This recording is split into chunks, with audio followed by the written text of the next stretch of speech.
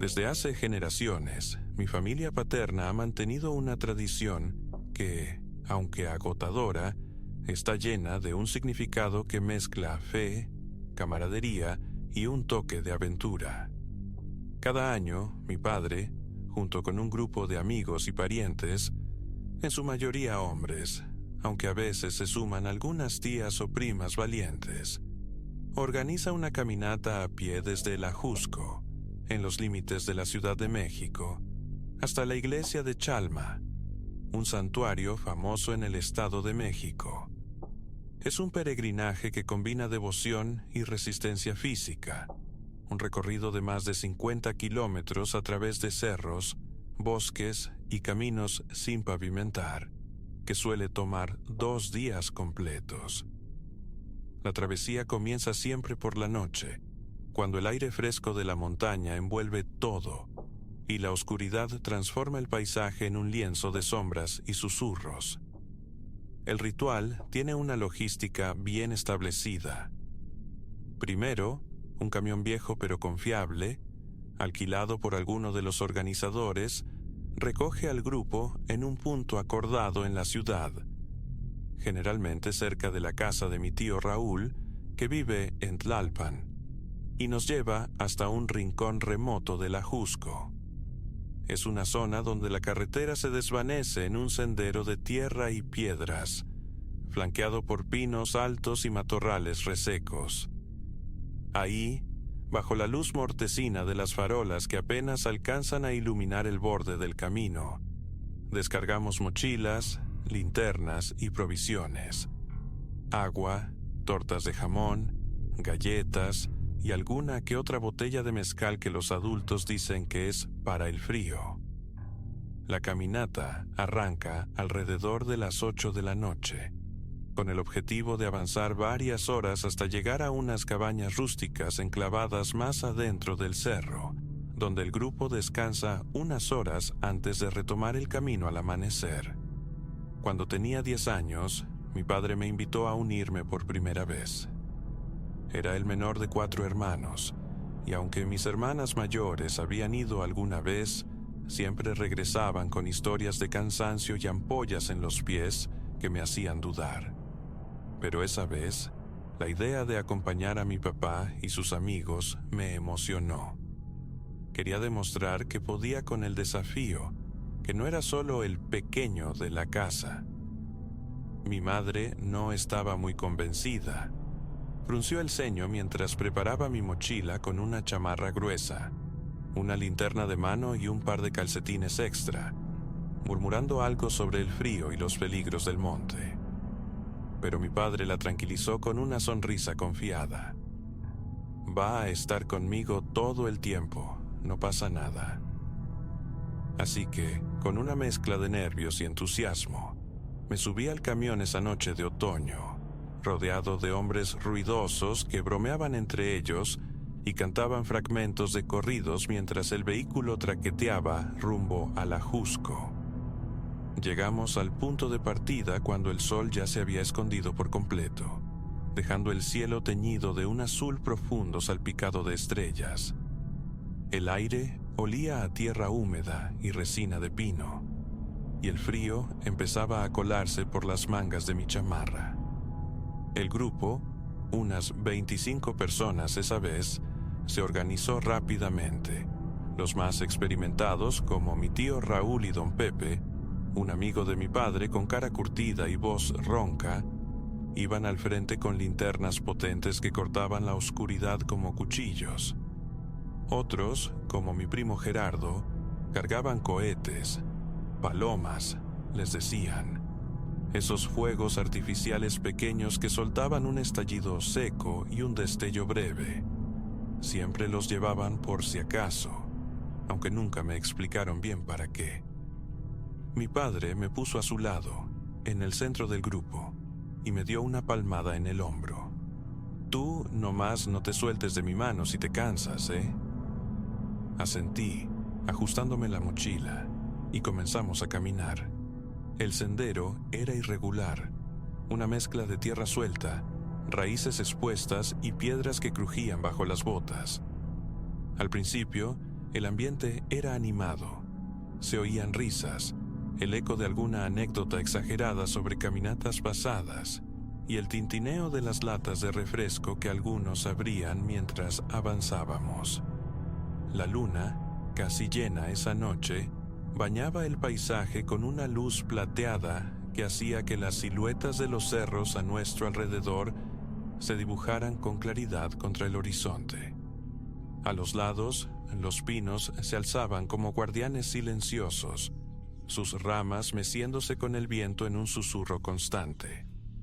Yo iba callado, concentrado en no tropezar, con la linterna en una mano y la otra libre, siguiendo el paso firme de mi padre.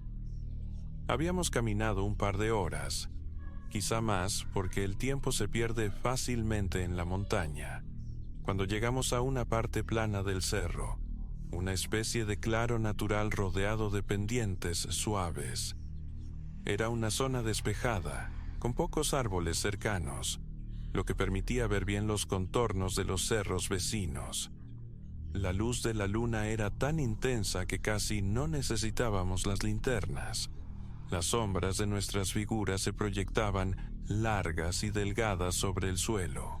Estábamos a mitad de camino de las cabañas, y el grupo empezaba a dispersarse un poco. Los de adelante aceleraban el paso, mientras los de atrás, más agotados, se rezagaban charlando o ajustándose los zapatos. Fue entonces cuando lo vi. A lo lejos, en la ladera de uno de los cerros que flanqueaban el claro, aparecieron dos bolas de fuego. No eran antorchas ni linternas. Eran esferas brillantes, de un naranja intenso que pulsaba como si estuviera vivo, subiendo y bajando entre los árboles de la ladera. Eran del tamaño de un balón, o tal vez más grandes, y se movían con una precisión extraña, como si flotaran a la altura de las copas de los pinos, ascendiendo unos metros y luego descendiendo en un patrón que no seguía ninguna lógica natural. La luz que emitían se intensificaba por momentos, iluminando las ramas a su alrededor con un resplandor cálido, y luego se debilitaba, casi apagándose, solo para volver a encenderse segundos después. Me detuve en seco, con la boca seca y un cosquilleo subiéndome por la nuca. No estaba seguro de qué estaba viendo, pero sabía que no era normal. Señalé con la linterna, temblando un poco, y le susurré a mi padre: «Papá, ¿qué es eso?». Él giró la cabeza, entrecerrando los ojos para enfocar la distancia, y su expresión cambió de la calma habitual a una tensión que rara vez le veía. No dijo nada al principio, solo apretó mi mano con más fuerza, como si quisiera anclarme a su lado. Otros en el grupo también lo notaron. Mi primo Gerardo soltó un «Órale, miren eso», que hizo que todos voltearan. De pronto, el silencio se rompió con un coro de chiflidos agudos, una señal que usaban para alertar a los que iban más adelante y atrás. Los de enfrente se detuvieron, girándose con las linternas en alto, mientras los rezagados aceleraban el paso para alcanzarnos. El ambiente cambió en un instante. Las bromas y las risas dieron paso a murmullos nerviosos y miradas inquietas.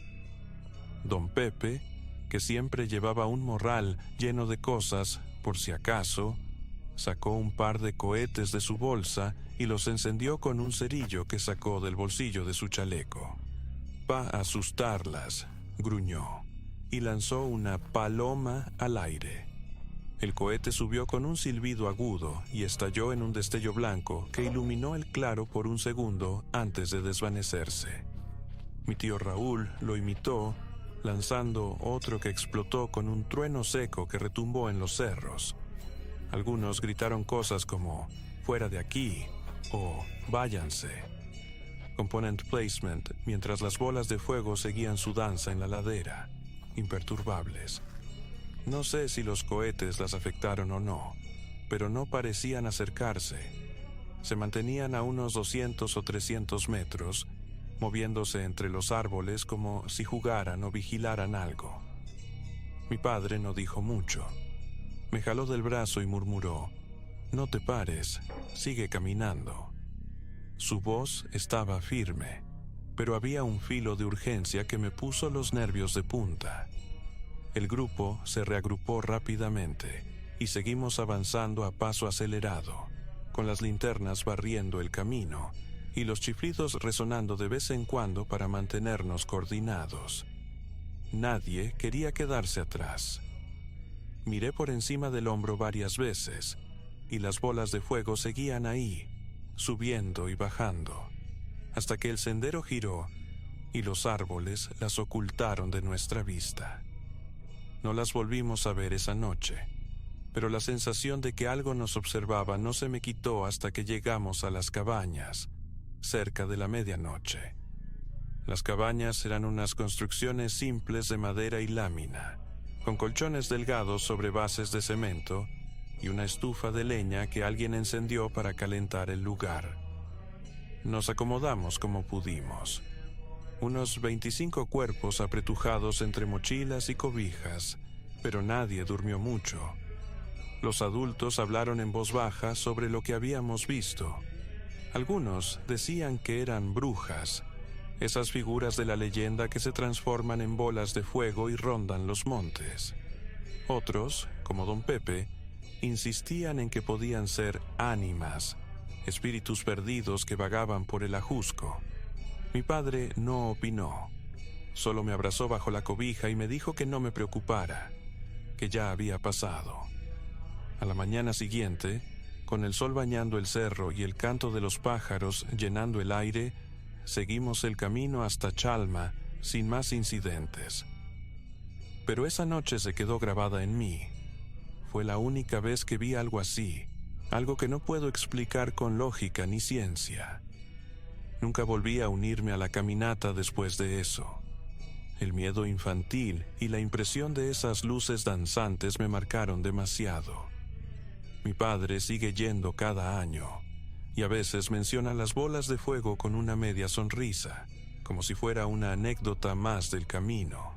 Pero yo sé que, fueran brujas, ánimas o algo más, esa noche en el Ajusco me enseñó que hay cosas en el mundo que no entendemos, y que a veces es mejor no mirarlas demasiado.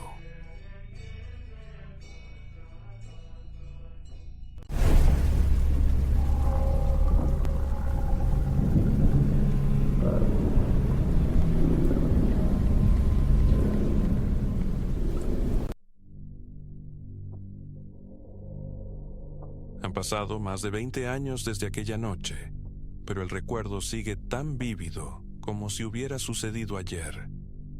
Por aquel entonces, yo era un hombre en sus 30s, atrapado en una rutina agotadora que me exprimía hasta la última gota de energía. Trabajaba en una fábrica de autopartes a las afueras de la ciudad, un empleo que me exigía estar de pie todo el día, revisando máquinas, ajustando piezas y lidiando con jefes que siempre pedían más. Las jornadas normales eran de 7 de la mañana a 9 de la noche, pero con las horas extras, que aceptaba porque el dinero nunca sobraba, a veces salía hasta las 11 o incluso más tarde. Vivía a unos 40 kilómetros del trabajo, en una casa modesta de una colonia tranquila, lo que significaba que cada día enfrentaba un trayecto largo por una carretera secundaria que serpenteaba entre cerros y campos semiabandonados. Era una época en la que no había teléfonos inteligentes ni playlists para mantenerme despierto. Solo contaba con una radio AM que sintonizaba estaciones llenas de estática y mi viejo Ford Falcon, un coche robusto pero gastado, con el motor rugiendo como si también estuviera cansado de la vida. Esa noche en particular, creo que era un jueves de invierno porque el aire estaba helado y la niebla empezaba a bajar desde los cerros, salí de la fábrica cerca de las 11:30. Mis ojos ardían de tanto forzar la vista bajo las luces fluorescentes y mi cuerpo se sentía como si llevara una mochila invisible cargada de piedras. Me subí al coche, encendí el motor y puse la calefacción al máximo, aunque el aire que salía apenas estaba tibio. La carretera estaba casi desierta, como solía estarlo a esas horas.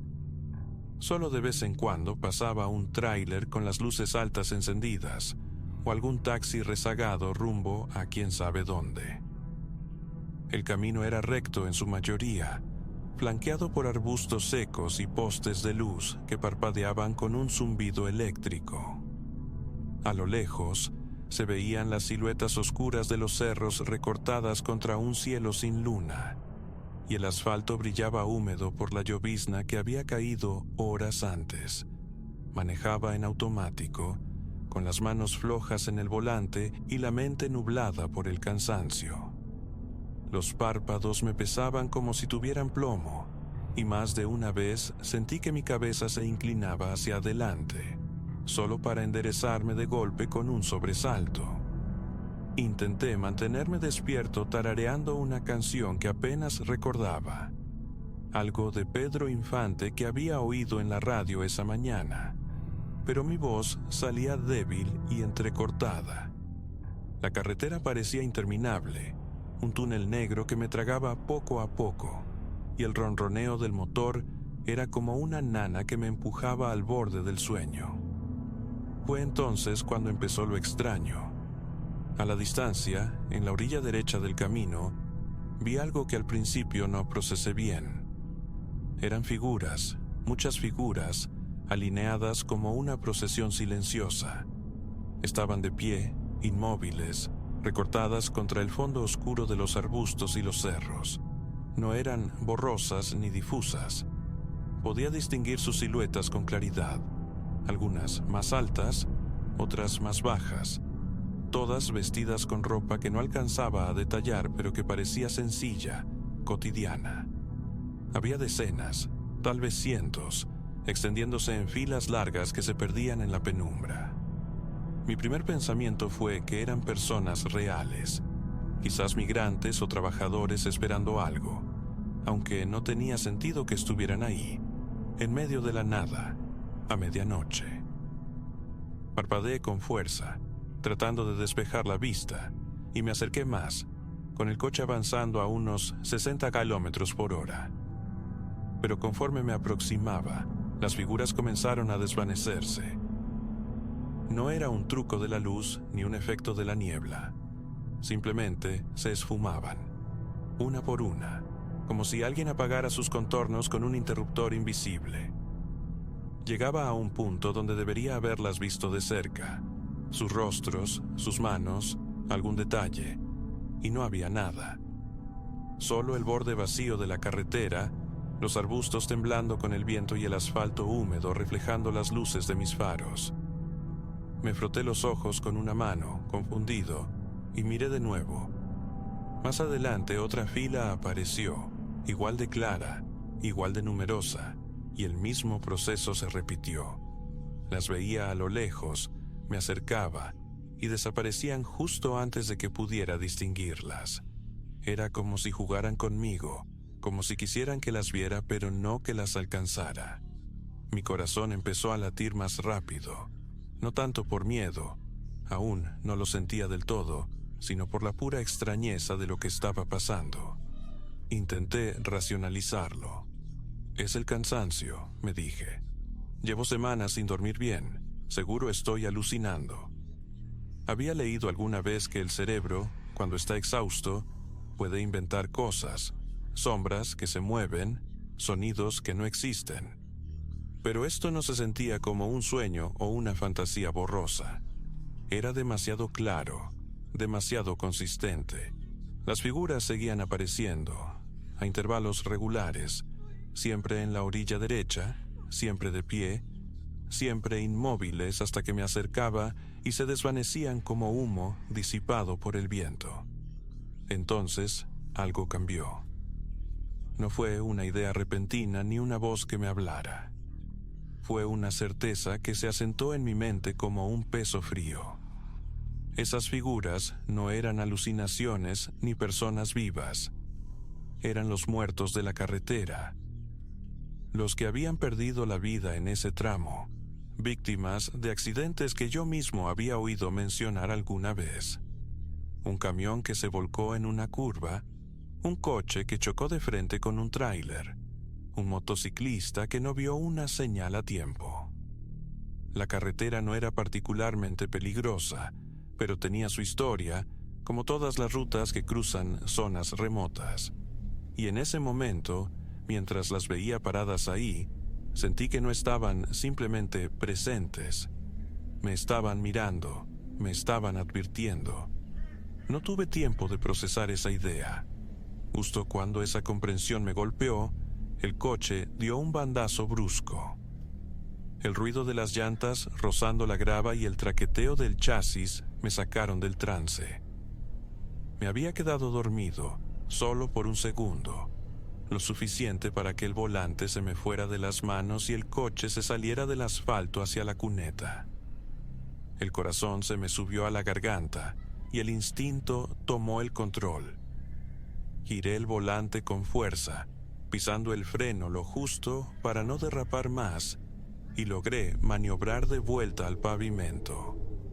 El Falcon se estabilizó con un chirrido, y me detuve en el carril, jadeando, con las manos temblando sobre el volante y el sudor frío corriéndome por la frente. Miré por el retrovisor y las ventanillas, pero las figuras habían desaparecido por completo. La carretera estaba vacía otra vez, silenciosa, como si nada hubiera pasado. Me quedé ahí unos minutos, con el motor encendido y las luces de emergencia parpadeando, tratando de calmarme. No sé cuánto tiempo pasó, 5 minutos, 10, tal vez más, antes de que me atreviera a seguir manejando. El resto del trayecto lo hice con las ventanillas abajo, dejando que el aire helado me golpeara la cara para mantenerme despierto. Y llegué a casa cerca de la 1 de la mañana. Me tiré en la cama sin siquiera quitarme los zapatos y dormí como piedra hasta el mediodía siguiente. No le conté a nadie lo que había visto, ni a mi esposa ni a mis compañeros de trabajo. Me dije que había sido el cansancio, un truco de mi mente agotada para sacarme del peligro, una especie de instinto de supervivencia disfrazado de visión. Pero en el fondo, no estaba seguro. Han pasado más de 2 décadas desde entonces. Dejé ese trabajo unos años después, cuando conseguí algo más cerca de casa, con horarios menos brutales. Y el viejo Falcon terminó en un deshuesadero cuando el motor dijo: «Basta». Nunca volví a ver algo así, ni en esa carretera ni en ninguna otra. Pero la experiencia se quedó conmigo. A veces, cuando manejo de noche o paso por un tramo solitario, miro de reojo la orilla del camino, casi esperando ver esas figuras otra vez. No sé qué fueron realmente: fantasmas, alucinaciones, un mensaje del más allá o solo mi cerebro gritándome que despertara. Lo único que sé es que esa noche, algo o alguien me salvó de convertirme en uno de ellos, y por eso, después de tanto tiempo, me atrevo a contarlo.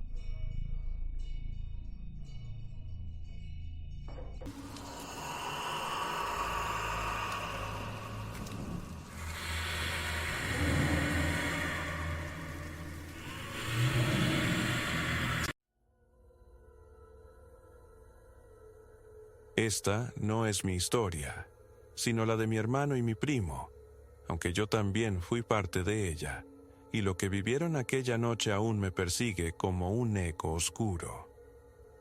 Todo comenzó cuando mis abuelos nos llevaron de vacaciones a un pueblito perdido en las entrañas de Oaxaca, un lugar tan remoto que parecía suspendido en el tiempo. El pueblo era un puñado de casas de adobe desperdigadas entre cerros cubiertos de vegetación espesa, con calles de tierra que serpenteaban entre milpas y árboles retorcidos por el viento. El aire olía a leña quemada y a humedad, y por las noches, el silencio era tan profundo que podías escuchar el crujir de las ramas a lo lejos. Fue un viaje encantador, lleno de risas, comida casera y las historias interminables de mis abuelos, pero también estuvo marcado por algo que none de nosotros esperaba, algo que nos hizo enfrentarnos a un terror que aún no puedo explicar del todo. Para llegar a la casa de mis abuelos, había que recorrer un camino de tierra olvidado, apenas transitado por los lugareños. Era un sendero angosto, flanqueado por matorrales espinosos y piedras sueltas que crujían bajo los pies, iluminado solo por la luz pálida de la luna cuando no había nubes. La casa estaba al final de ese camino, a unos 50 metros de la orilla de un cerro que caía en un barranco profundo, un abismo negro que parecía tragarse la luz y el sonido.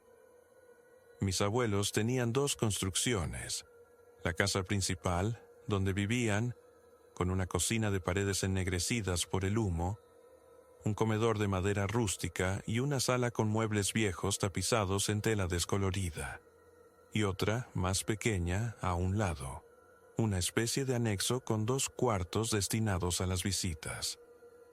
Esta segunda casa era más austera, con paredes de adobe sin pintar, un tejado de lámina que rechinaba con el viento y un suelo de tierra apisonada cubierto por alfombras raídas. El incidente ocurrió la madrugada del 1 de enero, justo después de las celebraciones de Año Nuevo. Habíamos pasado la noche entre música de un radio viejo, tamales recién hechos y el bullicio de la familia reunida alrededor de una fogata en el patio. Mis tíos, mis padres y mis abuelos se quedaron platicando hasta tarde, sus voces resonando en la noche mientras el fuego crepitaba y arrojaba sombras danzantes sobre las paredes. Nosotros, mi hermano Luis, mi primo Javier y yo, nos aburrimos de los adultos y nos refugiamos en el cuarto que nos habían asignado en la casa de visitas. Era una habitación pequeña, con 2 camas de hierro oxidadas cubiertas por colchas ásperas, una mesa coja en una esquina y una ventana diminuta con un vidrio roto tapado con cartón. La puerta que daba al exterior, al final del camino de tierra, era de madera vieja, tan desgastada que dejaba pasar corrientes de aire helado por las rendijas. No tenía cerradura de verdad, solo un cordón de zapato anudado que apenas la mantenía cerrada. Como no había internet ni señal en los celulares, decidimos entretenernos con un juego de mesa que encontramos en un cajón. Un tablero de lotería con cartas descoloridas y frijoles para marcarlas. Estábamos los 3 sentados en el suelo, bajo la luz tenue de una lámpara de queroseno que parpadeaba y proyectaba sombras alargadas en las paredes. Era cerca de las 2 de la madrugada, y el cansancio empezaba a pesar, pero el ambiente era ligero, lleno de risas y pequeñas peleas por quién hacía trampa. De pronto, sentí la garganta seca y decidí ir por agua a la casa principal. Me levanté, estirándome con un bostezo, y antes de salir, les hice una broma tonta a mi hermano y mi primo. «No se vayan a encontrar a Momo por ahí», dije con una risita, refiriéndome a esa figura creepy de internet que estaba de moda en ese entonces. Ellos se rieron y me ignoraron, concentrados en el juego. No quise salir por la puerta de madera que daba al camino. Me dio flojera desatar el cordón y enfrentar el frío de la noche. Así que tomé la ruta más larga, saliendo por la puerta trasera que conectaba con un pasillo abierto entre las 2 casas.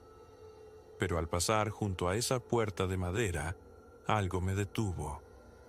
No fue un sonido ni un movimiento, fue una sensación, una vibra tan pesada y visceral que me erizó la piel.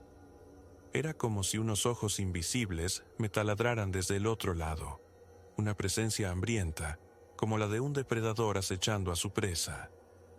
El aire se sintió más frío de repente, y un escalofrío me recorrió la espalda. Me imaginé un animal salvaje, un coyote, un tejón, algo, merodeando afuera, y apuré el paso hacia la casa principal, con el corazón latiéndome más rápido de lo que quería admitir. Entré a la cocina, donde los adultos seguían platicando alrededor de la mesa, ajenos a todo. El calor del fogón aún flotaba en el aire, mezclado con el olor a café y tortillas quemadas. Agarré un vaso de plástico del fregadero y me dirigía al lavadero del patio trasero, donde mis abuelos guardaban un garrafón de agua potable, cuando la puerta se abrió de golpe. Mi hermano y mi primo irrumpieron corriendo, con los rostros desencajados y la respiración agitada, como si hubieran visto al mismísimo diablo. Me quedé paralizada, con el vaso en la mano, y les pregunté, ¿qué pasó? ¿Por qué están así? Mi primo, con la voz temblorosa y los ojos muy abiertos, me contó algo que me heló la sangre y me hizo desear no haber salido del cuarto. Dijo que, poco después de que me fui, algo tocó la puerta de madera. No fue un golpecito casual, como el viento o una rama. Fueron golpes fuertes, desesperados, como si alguien o algo intentara entrar a toda costa, como si lo persiguieran y buscara refugio. Los golpes eran tan frenéticos que la puerta temblaba en sus goznes y el cordón de zapato parecía a punto de ceder. Mi hermano, pensando que era yo haciendo una broma pesada después de mi comentario sobre Momo, gritó con tono burlón, «Ya sé que eres tú, no nos asustes». Pero justo en ese momento, desde la casa principal, se oyó la voz de mi mamá, clara y preocupada, preguntándome, «¿Dónde está tu hermano?». La conversación entre ella y yo resonó en el silencio, y fue entonces cuando lo que estaba afuera reaccionó. Mi primo me contó, con la voz quebrándose, que después de escuchar a mi mamá, la cosa del otro lado dejó de golpear. Hubo un silencio sepulcral, tan denso que podían oír sus propios corazones latiendo. Entonces, algo se asomó por una de las grietas de la puerta, una rendija ancha entre las tablas podridas. Era un ojo, pero no uno humano. Era rojo, brillante como una brasa encendida, con una pupila vertical y alargada, como la de un reptil o un dragón de pesadilla. Los miraba fijamente, inmóvil, con una intensidad que les cortó el aliento. Mi hermano jura que no era un ojo normal. Había algo sobrenatural en él, algo que destilaba furia y hambre. El terror los paralizó por un segundo eterno, hasta que el instinto los hizo reaccionar. Saltaron del suelo dejando las cartas de lotería regadas y corrieron hacia la puerta trasera, tropezando entre sí en su desesperación por escapar.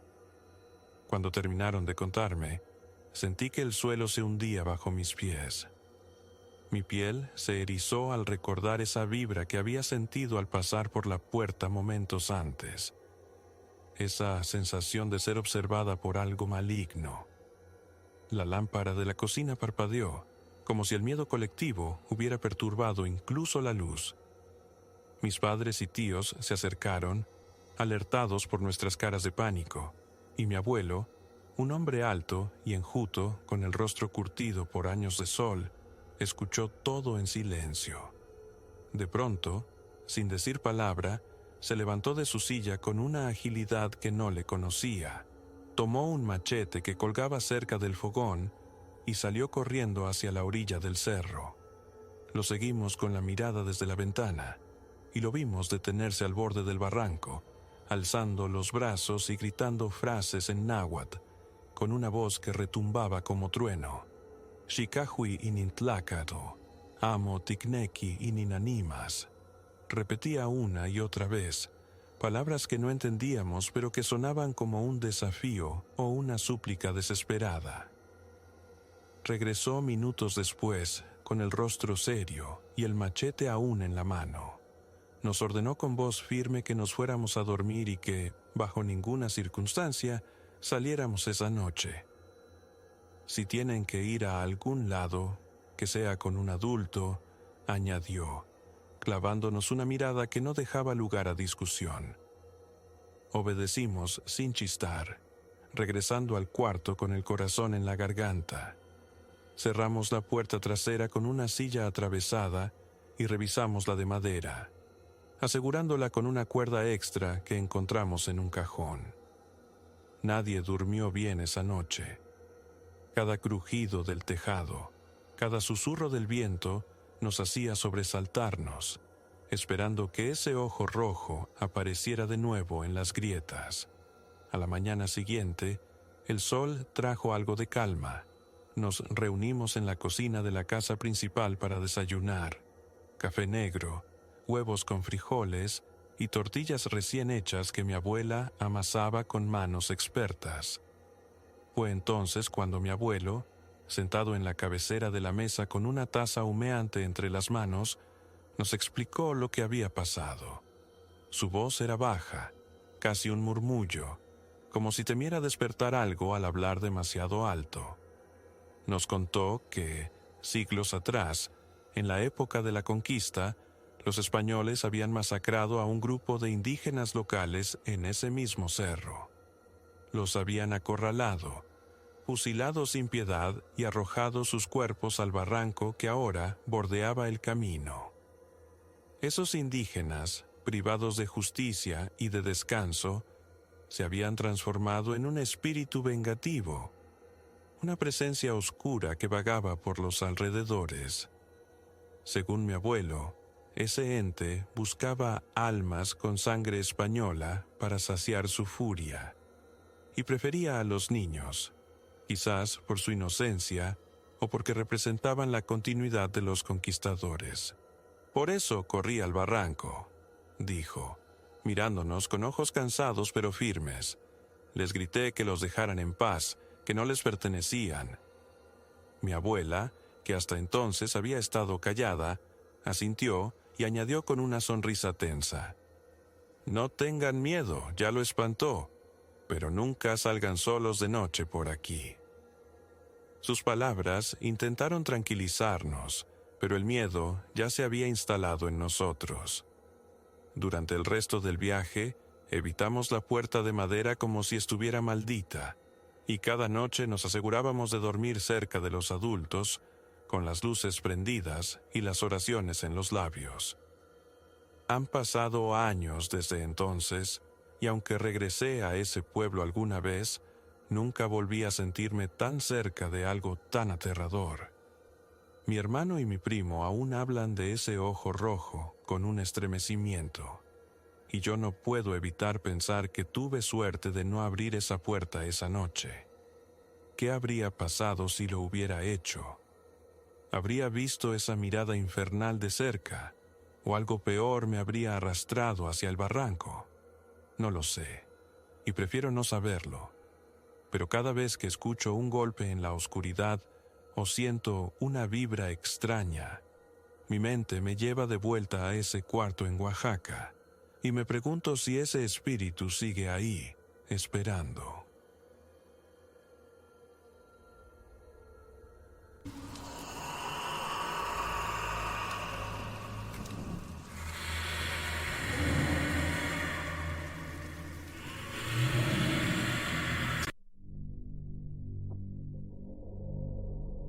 Nunca pensé que una noche cualquiera con mis amigos se convertiría en algo que aún me quita el sueño.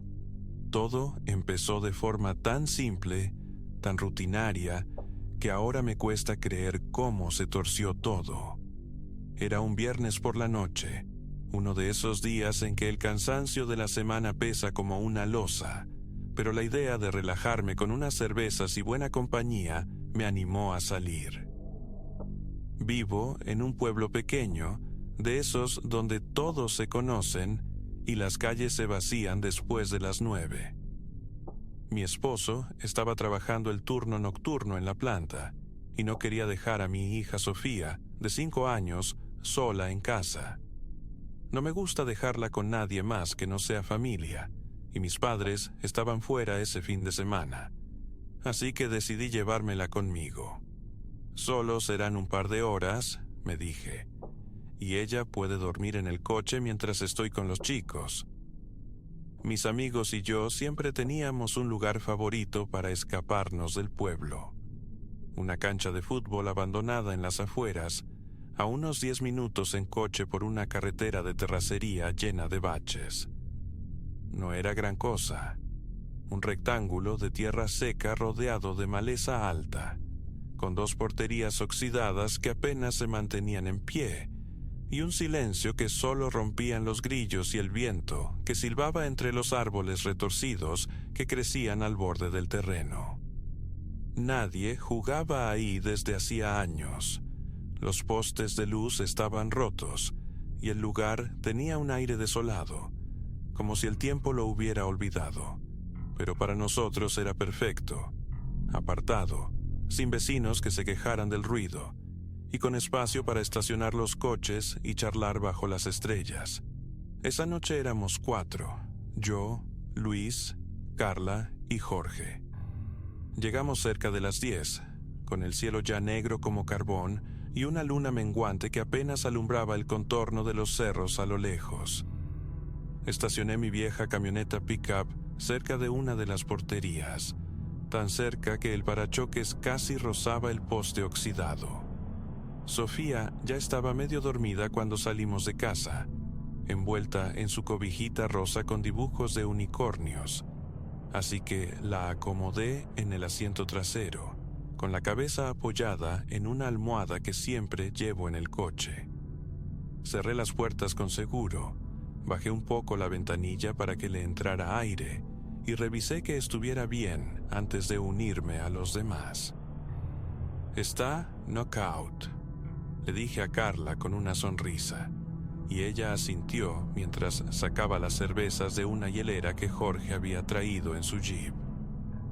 Nos sentamos en círculo sobre unas sillas plegables que sacamos de los maleteros, a unos metros de los coches, con una bocina portátil sonando música ranchera a volumen medio.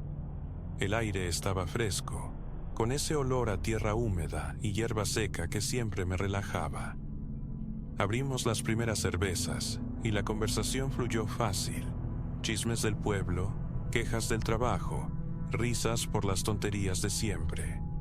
El tiempo seguía transcurriendo y el frío me hacía apretar más la chamarra contra mi cuerpo. Cada tanto, miraba hacia la camioneta para asegurarme de que todo estuviera bien. La silueta de Sofía seguía inmóvil detrás del vidrio empañado. «Está bien», me repetía, aunque algo en el fondo de mi mente, quizá el instinto de madre, me hacía sentir un leve cosquilleo de inquietud. Habíamos estado ahí unas 2 horas, y el reloj de mi celular marcaba casi la medianoche, cuando algo rompió la calma. Entre el coro de grillos y el rasgueo de la guitarra en la música, escuché un sonido que me puso la piel de gallina. El llanto de una niña.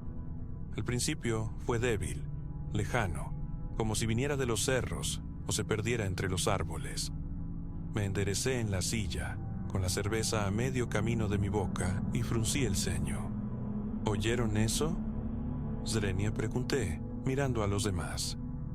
Luis, que estaba contando una historia sobre su jefe, se calló y ladeó la cabeza. Carla bajó el volumen de la bocina con un movimiento rápido, y los 4 nos quedamos en silencio, aguzando el oído. El llanto volvió, más claro esta vez, un sollozo agudo y roto que cortaba la noche como un cuchillo. Era, sin duda, la voz de una niña pequeña, y venía de algún lugar más allá de la cancha. Mi corazón dio un vuelco. «Sofía», murmuré, poniéndome de pie de un salto. Corrí hacia la camioneta, con el latido en mis sienes ahogando los pasos de mis amigos que me seguían. Llegué al coche y pegué la cara al vidrio de la ventanilla trasera, esperando ver a mi hija despierta, llorando, asustada por alguna pesadilla.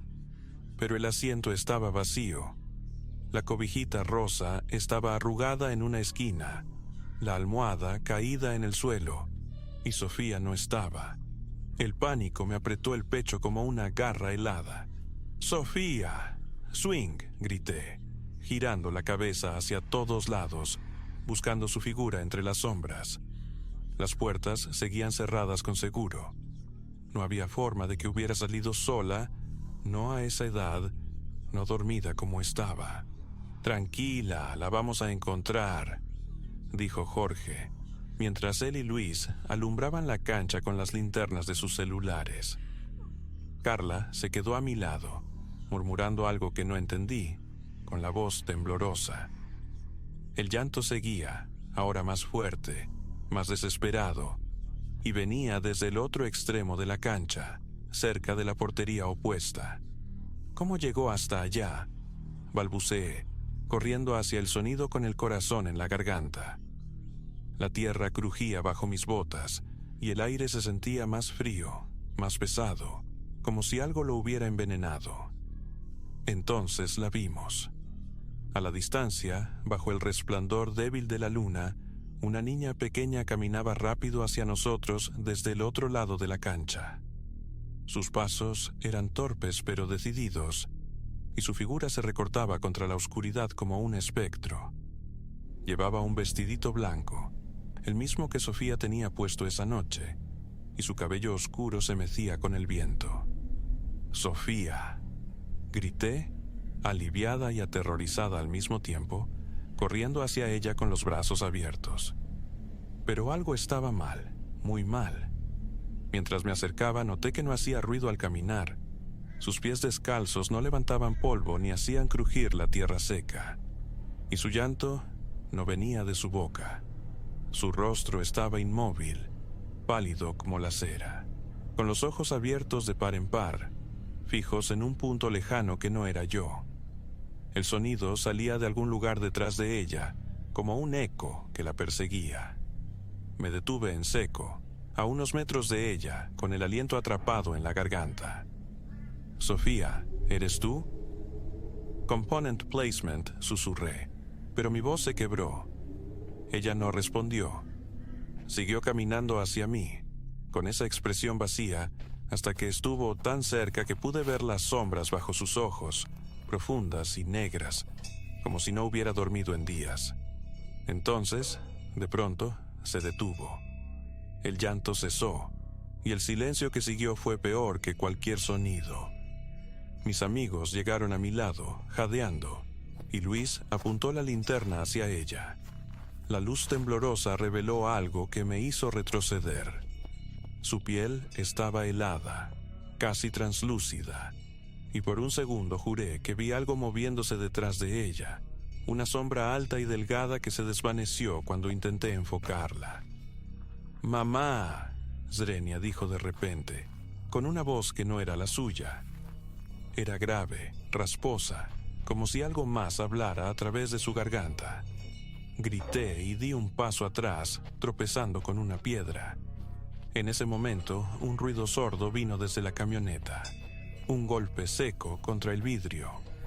Me giré con el corazón a punto de estallar y vi a Sofía, mi Sofía, golpeando la ventanilla desde dentro del coche, llorando a mares, con la cara roja y los puños apretados. Estaba despierta, viva, atrapada en el asiento trasero donde la había dejado. Pero si ella estaba ahí, ¿qué era lo que estaba frente a mí? Volteé de nuevo hacia la cancha, y la otra, Sofía, ya no estaba. El lugar donde había estado parada estaba vacío, pero el aire seguía frío, y un olor fétido, como a tierra podrida, se alzó de la nada. Mis amigos también lo vieron. Carla soltó un grito ahogado y se aferró a mi brazo, mientras Jorge balbuceaba algo sobre irnos de una vez. Corrí a la camioneta, abrí la puerta con manos temblorosas y saqué a mi hija en brazos. Estaba temblando, empapada en sudor, y entre sollozos me dijo: «Había alguien afuera, mamá». Me miraba por la ventana. No quise preguntar más. La apreté contra mi pecho. Subimos a los coches y arrancamos a toda velocidad, dejando atrás la cancha y esa cosa que, por un momento, había tomado la forma de mi hija. Esa noche no dormí. Sofía se quedó pegada a mí y yo no podía quitarme de la cabeza esos ojos vacíos, esa voz que no era suya, esa sombra que la seguía. No sé qué fue lo que vimos, si era un espíritu, un engaño de la noche o algo peor, pero desde entonces no he vuelto a ese lugar, y cada vez que escucho un llanto a lo lejos, me aseguro de que mi hija esté a mi lado, viva y real.